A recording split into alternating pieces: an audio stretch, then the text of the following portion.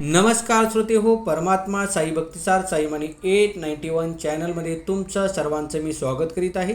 मी तुम्हाला या व्हिडिओमध्ये भगवद्गीतेतील अध्याय 17वा अध्यायाचं नाव आहे श्रद्धात्रय विभाग योग. श्रद्धात्रय विभाग योगामध्ये भगवान श्रीकृष्णांनी अर्जुनाला श्रद्धेचे 3 प्रकारचे ज्ञान दिलेले आहे. ते तुम्हाला या व्हिडिओमध्ये मी श्लोक आणि त्याचा अर्थ सांगणार आहे. जर आपल्यापैकी ह्या चॅनलवरती कोणी नवीन असाल तर चॅनल सबस्क्राईब करा, जेणेकरून मी जसे नवनवीन व्हिडिओ अपलोड करीत जाईन तसे नवीन व्हिडिओचे नोटिफिकेशन तुमच्या मोबाईलवरती येत राहतील व तुम्ही ते पाहू व ऐकू शकता. श्री गणेशाय नमः. श्री सरस्वती नमः. ओम नमो भगवते वासुदेवाय नमः. ओम नमः शिवाय. ओम साईनाथाय नमः. अर्जुन उवाच ये शास्त्रविधिमुत्सृज्य यजन्ते श्रद्धान्विता तेषामनिष्ठा तु का कृष्ण सत्वमाहो रजस्तम. अर्जुनाने प्रच्छा केली. अर्जुनाने भगवान श्रीकृष्णांना विचारलं, हे कृष्ण, जे शास्त्रविधींचे पालन न करता स्वतःच्या धारणेनुसार पूजन करतात त्यांची काय अवस्था असते? ते सत्वगुणी, रजगुणी की तमोगुणी असतात? तात्पर्य चौथ्या अध्यायाच्या 39व्या श्लोकात म्हटले आहे की विशिष्ट प्रकारच्या उपासनेवर श्रद्धा असलेला मनुष्य क्रमशः ज्ञानाच्या स्तराप्रत उन्नत होतो आणि शांती समृद्धीच्या परमसिद्धीला प्राप्त होतो. 16व्या अध्यायात म्हटले आहे की जो शास्त्रविधींचे अनुसरण करीत नाही त्याला असुर म्हटले जाते आणि जो श्रद्धेने शास्त्रविधींचे पालन करतो त्याला देवता म्हटले जाते. आता जर श्रद्धावान मनुष्य शास्त्रामध्ये उल्लेख नसलेल्या नियमांचे पालन करीत असेल तर त्याची कोणती स्थिती जाणावी?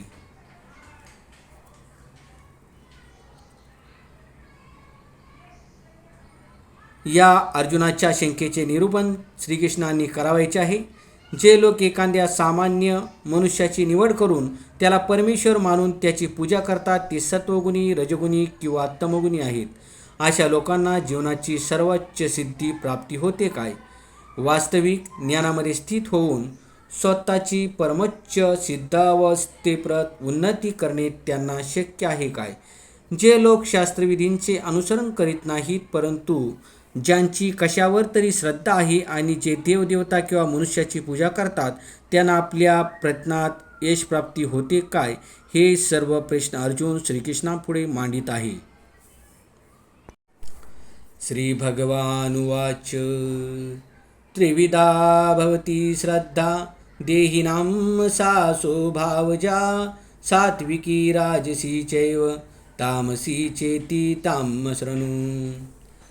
श्री भगवान म्हणाले, देहधारी आत्म्याने प्राप्त केलेल्या प्राकृतिक गुणांनुसार मनुष्याची श्रद्धा सात्विकी, राजसी आणि तामसी अशी 3 प्रकारची असू शकते. याविषयी आता माझ्याकडून ऐक. तात्पर्य जे शास्त्रविधींना जाणतात परंतु सुस्तपणाने किंवा आळशीपणामुळे जे या शास्त्रविधींचे पालन करणे सोडून देतात त्यांचे नियंत्रण त्रिगुणाद्वारे केले जाते.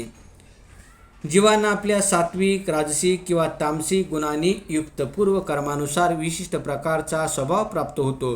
जीवाचा प्राकृतिक गुणाशी असणारा संग अनादी काळापासून चालत आला आहे.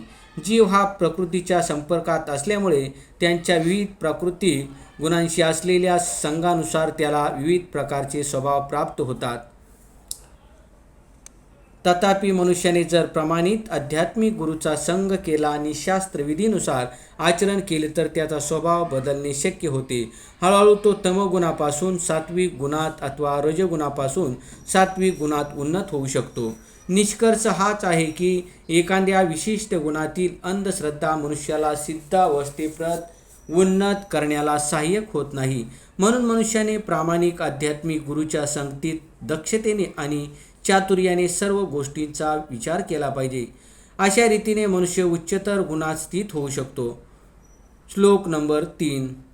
सत्वानुरूपा सर्वस्य श्रद्धा भवती भारत श्रद्धामययं पुरुषो ये यच्छ्रद्ध स यवस्य. भगवान श्रीकृष्ण अर्जुनाला म्हणतात, हे भारतात विविध प्राकृतिक गुणांच्या अंतर्गत मनुष्याच्या जीवनास अनुरूप अशी विशिष्ट प्रकारची श्रद्धा त्याला प्राप्त होते. जीवाने प्राप्त केलेल्या गुणानुसार तो विशिष्ट प्रकारच्या श्रद्धेने युक्त असल्याचे म्हटले जाते. तात्पर्य: मनुष्य हा कसाही असला तरी त्याच्यामध्ये एक विशिष्ट प्रकारची श्रद्धा असते, परंतु त्याने प्राप्त केलेल्या स्वभावानुसार त्याची श्रद्धा सात्विक, राजसिक अथवा तामसिक मानली जाते.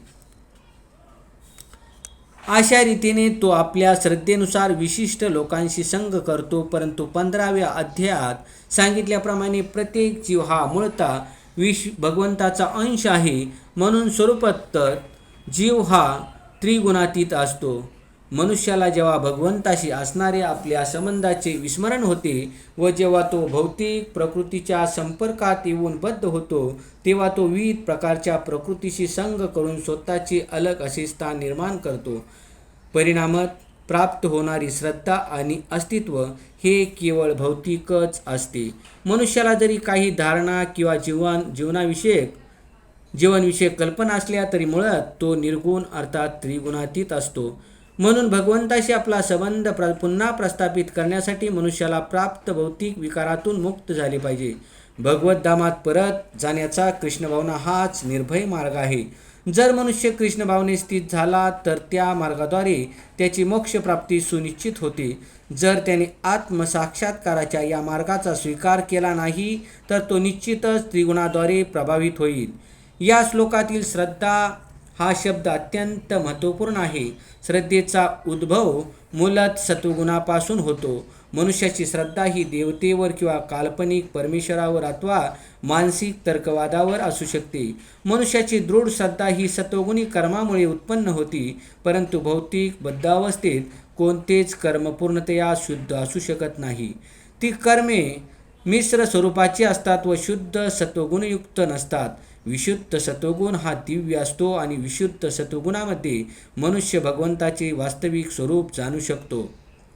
जोपर्यंत मनुष्याची श्रद्धा पूर्णपणे विशुद्ध सत्वगुणाने युक्त होत नाही, तोपर्यंत ती श्रद्धा त्रिगुणांपैकी कोणत्याही गुणाद्वारे प्रदूषित होऊ शकते. हे प्रदूषित प्राकृतिक गुण हृदय व्यापून टाकतात. म्हणून विशिष्ट प्राकृतिक गुणाच्या संपर्कात असणाऱ्या हृदयाच्या स्थितीनुसार मनुष्याची श्रद्धा दृढ होते. जर मनुष्याचे अंतःकरण सत्वगुणी असेल तर त्याची श्रद्धा ही सत्वगुणीच असते, हे जाणले पाहिजे. जर त्याचे अंतःकरण रजोगुणी असेल तर त्याची श्रद्धा ही रजोगुणी असते आणि जर त्याचे अंतःकरण तमोगुणी असेल तर त्याची श्रद्धा ही तमोगुणाने प्रदूषित झालेली असते. अशा रीतीने जगामध्ये आपल्याला विविध प्रकारची श्रद्धा आढळते आणि विविध प्रकारच्या श्रद्धेनुसार विविध प्रकारचे धर्मही आढळतात. वास्तविक धर्माची श्रद्धा ही विशुद्ध सत्वामध्ये स्थित असते, परंतु आपले हृदय कलुषित असल्यामुळे आपल्याला निरनिराळ्या प्रकारची धर्मतत्त्वे आढळतात. याप्रमाणे विविध प्रकारच्या श्रद्धेनुसार विविध प्रकारच्या उपासना आहेत. श्लोक नंबर 4. यजन्ते सात्विका देवान्य चराचांसी तथा राजसा प्रेतान भूतगणा चान्ये यजन्ते तामसा जना. सात्विक मनुष्य देवतांचे पूजन करतात, राजसिक मनुष्य राक्षसांचे पूजन करतात आणि तामसिक मनुष्य भूतप्रेतांचे पूजन करतात. तात्पर्य: या श्लोकात भगवंताने निरनिराळ्या प्रकारच्या उपासकांचे त्यांच्या बाह्य कृतीवरून वर्णन केले आहे. शास्त्र नियमानुसार केवळ भगवंतच पूजनीय आहेत. ज्यांची शास्त्रावर श्रद्धा नाही किंवा जे शास्त्र पारंगत नाहीत ते आपल्या प्राकृतिक गुणातील विशिष्ट स्थितीला अनुसरून विविध प्रतीकांची उपासना करतात. जे सत्वगुणी असतात ते सामान्यतः देवतांची उपासना करतात. देवतांमध्ये ब्रह्मदेव, शंकर, इंद्र, चंद्र, सूर्यदेव इत्यादींचा समावेश होतो. अनेक देवदेवता हे सत्वगुणी मनुष्य विशिष्ट देवतेची विशिष्ट हेतुप्रीत्यर्थ उपासना करतात. त्याचप्रमाणे जे रजोगुणी आहेत ते राक्षसांची उपासना करतात. आमच्या लक्षात आहे की दुसऱ्या जागतिक महायुद्धाच्या वेळी कलकत्त्यामधील एक मनुष्य हिटलरची पूजा करीत होता, कारण युद्धामुळे काळाबाजार करून त्यांनी पुष्कळ धर्म कमवले होते. त्याचप्रमाणे रजोगुणी आणि तमोगुणी मनुष्य साधारण शक्तिशाली व्यक्तीलाच परमेश्वर मानतात. त्यांना वाटते की कोणाचीही परमेश्वर म्हणून पूजा करता येते आणि त्यामुळे परमेश्वराला पूजल्याने होणारीच फलप्राप्ती होते. आता या ठिकाणी स्पष्टपणे म्हटले आहे की जे रजोगुणी आहेत ते अशा कल्पित परमेश्वरांची निर्मिती करतात व त्यांची उपासना करतात, आणि जे तमोगुणी आहेत ते भूता खेतांची उपासना करतात. कधीकधी लोक थडग्यांची पूजा करतात. मैथून सेवेलाही तमोगुणी मानण्यात येते. त्याचप्रमाणे भारतातील दूरच्या खेड्यामधील लोक भूतांची उपासना करतात. आम्ही भारतात पाहिले आहे की कनिष्ठ जातीतले लोक कधीकधी अरण्यात जातात आणि त्यांना जर माहीत असेल की एखाद्या विशिष्ट झाडात भूत आहे तर ते त्या झाडाची पूजा करतात व बळी अर्पण करतात. या विविध प्रकारच्या उपासना म्हणजे वास्तविक परमेश्वराची उपासना नव्हे. जे दिव्य विशुद्ध सत्वामध्ये स्थित झाले आहेत त्यांच्यासाठी परमेश्वराची आराधना आहे. श्रीमद भागवतात म्हटले आहे की सत्वम विशुद्धम वासुदेव शब्दितम. जेव्हा मनुष्य शुद्ध सत्वामध्ये स्थित होतो तेव्हा तो वासुदेवांचे पूजन करतो. तात्पर्य हे आहे की जे त्रिगुणांच्या प्रभावापासून पूर्णपणे मुक्त झाले आहेत आणि ज्यांनी दिव्यत्वाची प्राप्ती केली आहे ते भगवंतांची उपासना करू शकतात. निर्विशेषवाद्यांना सत्वगुणी मानले जाते आणि ते 5 प्रकारच्या देवतांची उपासना करतात. ते भौतिक जगातील निराकार विष्णू रूपाची पूजा करतात व हे रूप कल्पिलेले असते. श्री विष्णू हे भगवंताचे विस्तारित रूप आहेत. परंतु निर्विशेषवाद्यांचा भगवंतावर विश्वास नसल्यामुळे त्यांना वाटते की विष्णू म्हणजे निर्विशेष ब्रह्माचेच एक दुसरे रूप.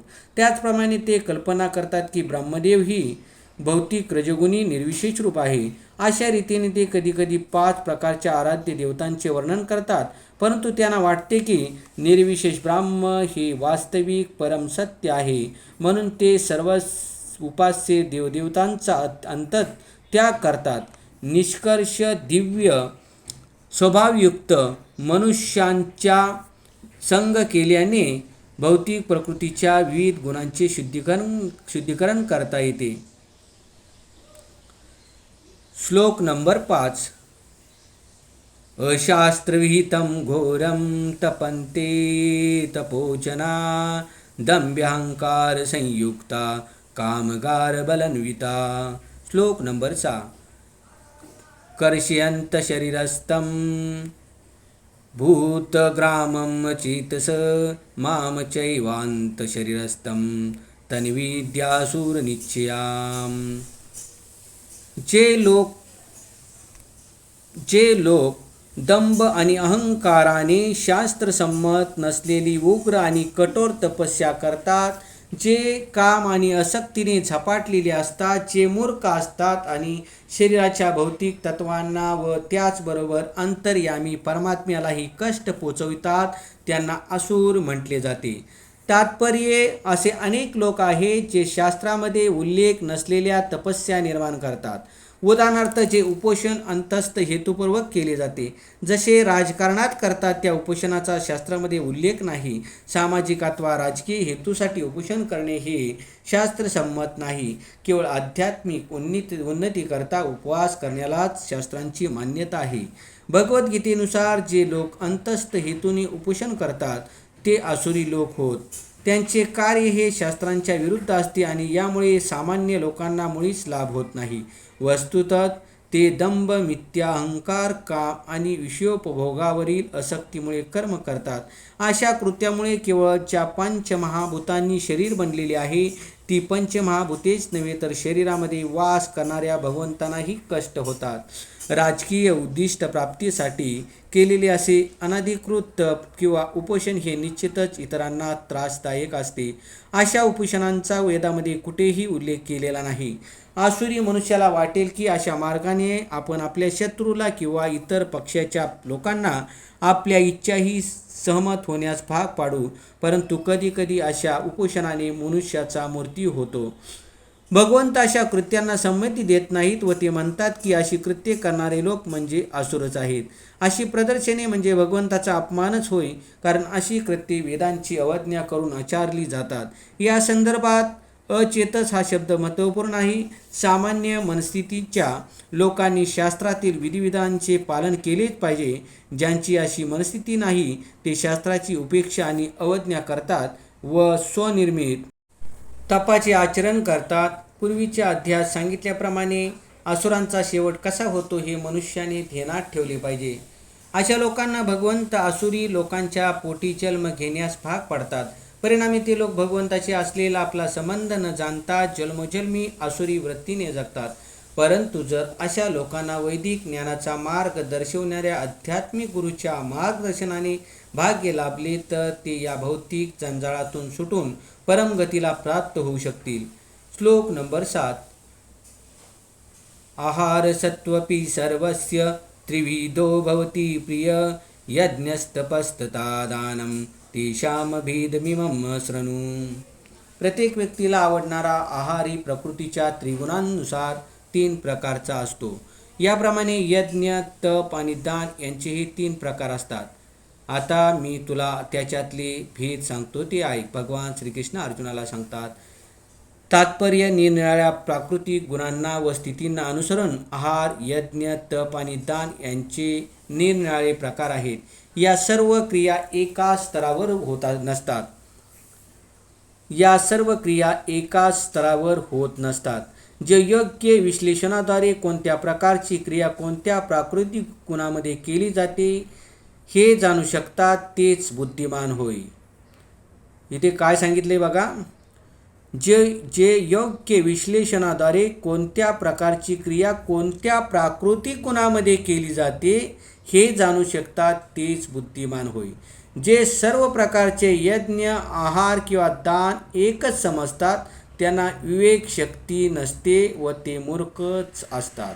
मनुष्याने स्वच्छेनुसार काहीही केले तरी सिद्धी प्राप्त होते असे म्हणणारे काही प्रचारक आहेत. परंतु असे हे मूर्ख प्रचारक शास्त्रांच्या मार्गदर्शनानुसार प्रचार करीत नाहीत. ते स्वकपोलकल्पित मार्ग निर्माण करीत आहेत आणि सामान्य लोकांना चुकीच्या मार्गाने नेत आहेत. श्लोक नंबर 8. आयुः सत्त्वबलारोग्य सुखप्रीतिविवर्धना रस्या स्निग्धा स्थिरारदियाहारा सात्विकप्रिया. सत्वगुणी मनुष्यांना प्रिय असणारा आहार त्यांचे आयुष्य वृद्धिगत करतो, जीवनशुद्धी करतो आणि बल, आरोग्य, सुख आणि संतोष प्रदान करतो. असा आहार रसयुक्त, स्निग्ध, पौष्टिक आणि हृदयाला संतुष्ट करणारा असतो. श्लोक नंबर 9.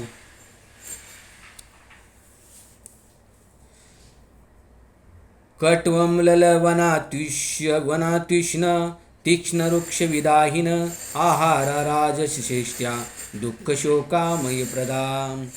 रजोगुणी मनुष्यांना अत्यंत कडू, आंबट, खारट, गरम, तिखट, शुष्क आणि दाहकारक आहार प्रिय असतो. असा आहार दुःख, शोक आणि व्याधी निर्माण होण्यास कारणीभूत असतो. श्लोक नंबर 10. यत यामम गतरसं पुतिपर्युषितं च यत उच्छिष्टमपि चामेद्धं भोजनं तामसप्रियं. 3 तासापेक्षा अधिक काळापूर्वी शिजवलेले, बेचव नसलेले, दुर्गंधीयुक्त, उष्ट आणि अपवित्र पदार्थांनी युक्त असे अन्न तमोगुणी लोकांना प्रिय असते. तात्पर्य: आयुष्यवृद्धी करणे, मनशुद्धी करणे आणि बलवृद्धी करणे हाच अन्नाचा एकमेव उद्देश आहे. प्राचीन काळी महान ऋषींनी दुग्ध पदार्थ, साखर, तांदूळ, गहू, फळफळावळे, भाजीपाला इत्यादी आरोग्यवर्धक आणि दीर्घायु देणाऱ्या अन्नांची निवड केली.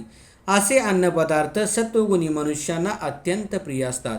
भाजलेला मका, काकवी इत्यादी इतर अन्नपदार्थ जरी स्वादिष्ट नसले तरी दुधाबरोबर किंवा इतर अन्नपदार्थाबरोबर त्यांचे मिश्रण केल्यास तेही स्वादिष्ट बनू शकतात आणि मग ते सात्विक होतात.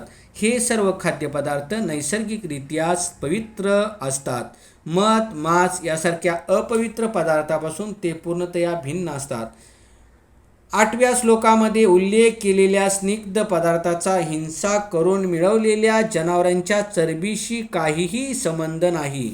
ही जनावराची चरबी दुधाच्या रूपामध्ये प्राप्त होती. दूध हे सर्व अन्नपदार्थापैकी अत्यंत पौष्टिक आहे.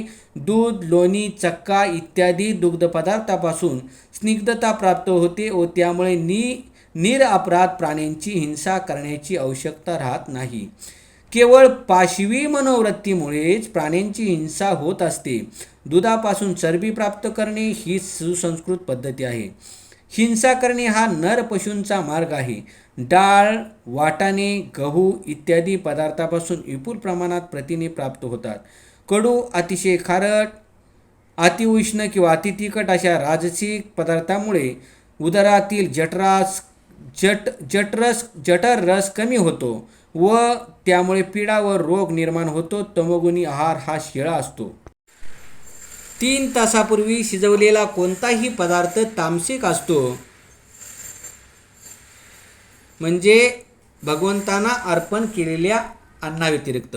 तामसिक अन्न हे नासलेले असल्यामुळे त्यामधून दुर्गंधी येत असते. अशा अन्नाकडे तमोगुणी लोक आकर्षित होतात, परंतु सत्वगुणी लोकांना मात्र अशा अन्नाचा किळस येतो. सर्वप्रथम भगवंतांना अर्पलेले किंवा साधुजनांनी विशेषतः आध्यात्मिक गुरूंनी ग्रहण केलेले उष्टेच केवळ खाता येते. अन्यथा उष्टेच भोजन तमोगुणी समजले जाते आणि असे अन्न संसर्ग, दोष किंवा रोग पसरवते. तमोगुणी मनुष्यासाठी असे अन्न जरी अतिशय स्वादिष्ट असले तरी सत्वगुणी मनुष्यांना असे अन्न आवडत नाही व ते अशा अन्नास स्पर्शही करीत नाहीत. सर्वोत्तम भोजन म्हणजे भगवत प्रसाद होय. भगवद्गीतेत भगवंत सांगतात की ते भाजीपाला, धान्य आणि दुधापासून बनलेले पदार्थ भक्तिभावाने अर्पण केल्यास स्वीकारतात. पत्रम पुष्पम फलम तोयम अर्थात भक्ती आणि प्रेम या 2 प्रमुख गोष्टींचाच भगवंत स्वीकार करतात. भगवंतांनी ह्या गोष्टी 3 अध्यायामध्ये सांगितलेत. परंतु असाही उल्लेख आहे की प्रसाद हा विशिष्ट पद्धतीने तयार केला पाहिजे. शास्त्रातील आदेशानुसार तयार केलेले व भगवंतांना अर्पण केलेले कोणतेही अन्न जरी अत्यंत शिळे असले तरी ते ग्रहण केलेच पाहिजे, कारण अशा अन्नरूपी प्रसाद हा दिव्य असतो. म्हणून अन्नाला निर्जंतुक खाण्यास योग्य आणि रुचकर बनवण्यासाठी ते भगवंतांना अर्पण केले पाहिजे. श्लोक नंबर 11. आपला कांगची भिर्यज्ञ विधिदिष्टो ये इच्छते यष्टव्यमेवेती मन समाधाय स सात्विक. फलाची आकांक्षा न करणारे आपले कर्तव्य म्हणून शास्त्रविधीनुसार जो यज्ञ करतात तो सात्विक यज्ञ होय. तात्पर्य, मनामध्ये काहीतरी हेतू ठेवून यज्ञ करणे ही सामान्य प्रवृत्ती असते, परंतु या ठिकाणी सांगण्यात आले आहे की फलाची आशा न ठेवता यज्ञ करावा. कर्तव्य म्हणूनच यज्ञ केला पाहिजे. या बाबतीत मंदिरातील कर्मकांडाचे उदाहरण योग्य आहे. सामान्यतया असे कर्मकांड भौतिक लाभप्राप्तीच्या हेतूने केले जाते, परंतु ते सात्विक असू शकत नाही. कर्तव्य म्हणून मनुष्याने मंदिरात गेले पाहिजे व तेथे त्याने भगवंतांना वंदन करावे आणि पुष्प, नैवेद्य इत्यादी अर्पण करावे. प्रत्येकाला वाटते की भगवंताची केवळ आराधना करण्याकरता मंदिरात जाणे व्यर्थ आहे. आर्थिक लाभासाठी आराधना करणे हे शास्त्रसंमत नाही. आरच्या विग्रहाला दंडवत करण्याकरताच केवळ मनुष्याने मंदिरात गेले पाहिजे. यामुळे मनुष्य सत्वगुणामध्ये स्थित होईल. प्रत्येक सुसंस्कृत मनुष्याचे कर्तव्य आहे की त्याने शास्त्रोक्त विधींचे पालन केले पाहिजे आणि भगवंतांना प्रणाम केला पाहिजे. श्लोक नंबर 12.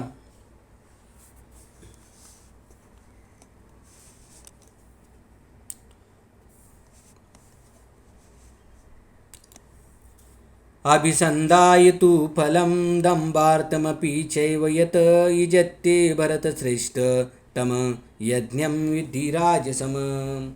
परंतु हे भरतश्रेष्ठा, दंभार्थ किंवा भौतिक लाभप्राप्तीसाठी जो यज्ञ केला जातो तो राजसिक यज्ञ असल्याचे जाण. तात्पर्य, काही वेळा कर्मकांडे आणि यज्ञ हे स्वर्गलोकाप्रत उन्नत होण्याकरता किंवा इहलोकी लाभप्राप्ती करण्यासाठी केले जातात. असे यज्ञ किंवा कर्मकांड राजसिक असल्याचे समजले जाते. श्लोक नंबर 13. विधिहीनं सृष्टान्नं मंत्रहीनं दक्षिणं श्रद्धाविरहितं यज्ञं तामसं परिचक्षते. शास्त्रविधींची उपेक्षा करून प्रसाद वितरित केल्या वाचून मंत्रोच्चारण न करता उपाध्यायांना दक्षिणा न देता आणि श्रद्धारहित असा जो यज्ञ केला जातो तो यज्ञ तामसिक मानला जातो. तात्पर्य तामस श्रद्धा म्हणजे वास्तविक अश्रद्धाच होय. कधीकधी लोक केवळ धनार्जनासाठी देवतांची उपासना करतात आणि मग ते धन शास्त्रविधींचे उल्लंघन करून मनोरंजन करण्यामध्ये खर्च करतात. धार्मिकतेच्या अशा प्रदर्शनाला किंवा देखाव्याला वास्तविक मानता येत नाही. असा देखावा निव्वळ तामसिक असतो. यामुळे आसुरी प्रवृत्ती निर्माण होते आणि मानव समाजाला यांच्यापासून मुळीच लाभ होत नाही. श्लोक नंबर 14.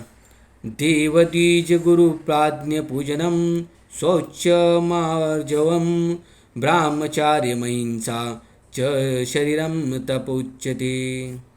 भगवंत, ब्राह्मण, आध्यात्मिक गुरु व मात्या पित्यासारख्या ज्येष्ठ व्यक्तींची पूजा करणे आणि पवित्र सरळपणा, ब्रह्मचारी आणि अहिंसा यांना शारीरिक तप म्हटले जाते. तात्पर्य या ठिकाणी भगवंत विविध प्रकारच्या तपस्याचे वर्णन करीत आहे. सर्वप्रथम ते शारीरिक तपाचे वर्णन करतात. मनुष्याने भगवंत किंवा देवदेवता, सिद्ध विद्वजनांना, ब्राह्मणांना, आध्यात्मिक गुरूंना आणि मातापित्यासारख्या ज्येष्ठांना व वेद पारंगत कोणत्याही व्यक्तीला वंदन केले पाहिजे. या सर्वांना योग्य तो सन्मान दिलाच पाहिजे. अंतर्बाह्य शुची ठेवली पाहिजे आणि आपले आचरण सरळ ठेवले पाहिजे. शास्त्रसंमत नसलेली कोणतीही गोष्ट त्याने करू नये. वैवाहिक संबंधाव्यतिरिक्त अन्यत्र कुठेही त्याने लैंगिक संबंध राखू नयेत. कारण विवाहांतर्गत लैंगिक संबंधच केवळ शास्त्रसंमत आहेत. यालाच ब्रह्मचर्य असे म्हटले जाते. शरीराच्या बाबतीत विचार केलेच हे सर्व शारीरिक तप आहेत. श्लोक नंबर 15. अनुद्वेगकरं वाक्यं सत्यं प्रियहितम् अच्ययत स्वाध्यायाभ्यासनं चैव वाङ्मयं तपोच्यते. सत्य, प्रिय, हितकारक आणि इतरांना क्षुब्ध न करणारे शब्द बोलणे आणि नियमितपणे वेदपठण करणे यांना वाचिक तप असे म्हणतात. तात्पर्य इतरांचे मन शुद्ध होईल असे शब्द मनुष्याने बोलू नये. अर्थात गुरु आपल्या शिष्याला उपदेश देण्याकरता सत्य बोलू शकतात, परंतु अशा गुरूंनी आपले शिष्य नसलेल्यांना त्यांचे मन शुद्ध होईल अशा रीतीने बोलू नये. ही वाचिक तपस्या आहे. या व्यतिरिक्त मनुष्याने निरर्थक बोलू नये. शास्त्रसंमत बोलणे हीच आध्यात्मिक क्षेत्रातील बोलण्याची पद्धती आहे. मनुष्य जे सांगतो त्याच्या पुष्टीकरता शास्त्रातील प्रमाणे तत्काळ त्याने उद्धृत केली पाहिजे. त्याच वेळी असे बोलणे हे कर्णमधुर होते. अशा आध्यात्मिक चर्चाद्वारे मनुष्याला सर्वोच्च लाभप्राप्ती होऊ शकते व त्यामुळे तो समाजाची उन्नती करू शकतो. वेद हे अमर्याद आहेत आणि मनुष्याने त्यांचे अध्ययन करणे आवश्यक आहे. यालाच वाचिक तप असे म्हटले जाते. श्लोक नंबर 16. मन प्रसाद सौम्यत्वं मौनमात्मविनिग्रह भावसंशुद्धिरित्येतत्तपो मानसमुच्यते. आणि समाधान, सरळपणा, गांभीर्य, आत्मसंयम आणि भावशुद्धी हे मानसिक तप आहेत. तात्पर्य मानसिक तप म्हणजेच मनाला इंद्रिय तृप्तीमधून विरक्त करणे होय. मनाला असे प्रशिक्षण दिले पाहिजे की जेणेकरून ते इतरांचे हित कसे साधता येईल याचे सदैव चिंतन करीत राहील. मनासाठी योग्य प्रशिक्षण म्हणजे विचारांचे गांभीर्य होय. मनुष्याने कृष्ण भावनेपासून कधीही विचलित होऊ नये आणि इंद्रिय तृप्ती करणे सदैव टाळले पाहिजे. मनुष्याच्या स्वभावाचे शुद्धीकरण करणे म्हणजेच कृष्ण भावनाभावित होणे होय. इंद्रिय भोगाच्या चिंतनापासून मनाला दूर ठेवल्यानेच मानसिक समाधान प्राप्त होऊ शकते. आपण जितके अधिक इंद्रिय भोगाचे चिंतन करतो तितके अधिक मन अतृप्त होते. सद्यस्थितीत इंद्रिय तृप्ती करण्यासाठी आपण मनाला अनावश्यकच निरनिराळ्या मार्गात प्रवृत्त करतो आणि यामुळेच आपले मन समाधानी होण्याची शक्यताच नसते. यावर सर्वोत्तम उपाय म्हणजे आनंदमयी कथाने युक्त अशा वेद, पुराण, महाभारत इत्यादीमध्ये मनाला संलग्न करणे होय. मनुष्य वैदिक ज्ञानाचा लाभ घेऊन शुद्ध बनू शकतो. मनामध्ये दुपट्टीपणा असू नये. सदैव इतरांचे हितचिंतन करावे. मौन म्हणजे सदैव आत्मानुभूतीचा विचार करणे होय. या दृष्टीने पाहिल्यास कृष्ण भावनाभावित मनुष्य यथार्थ रूपाने मौनी असतो मनाला इंद्रियपभोगापासून विरक्त करणे म्हणजेच मनोनिग्रह होय.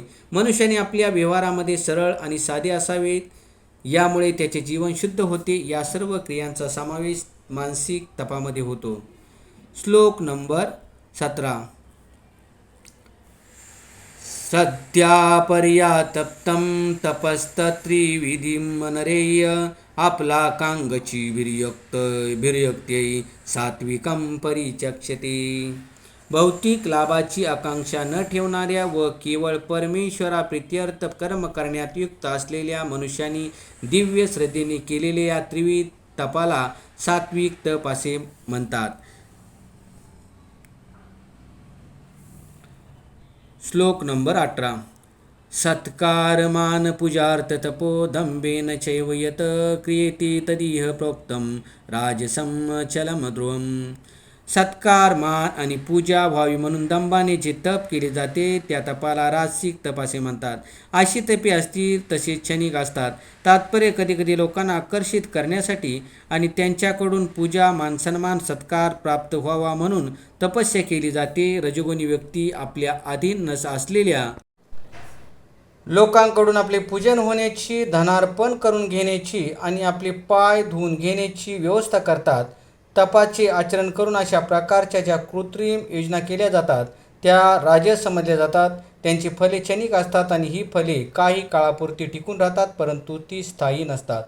पुंडलिकावर श्री ज्ञानदेव तुकाराम, पंढरीनाथ महाराज की जय, गोपाळ कृष्ण महाराज की, सांबशरण महादेव कैलासपती. ओम नमो भगवते वासुदेवाय नमः. ओम नमः शिवाय. ओम साईनाथाय नमः.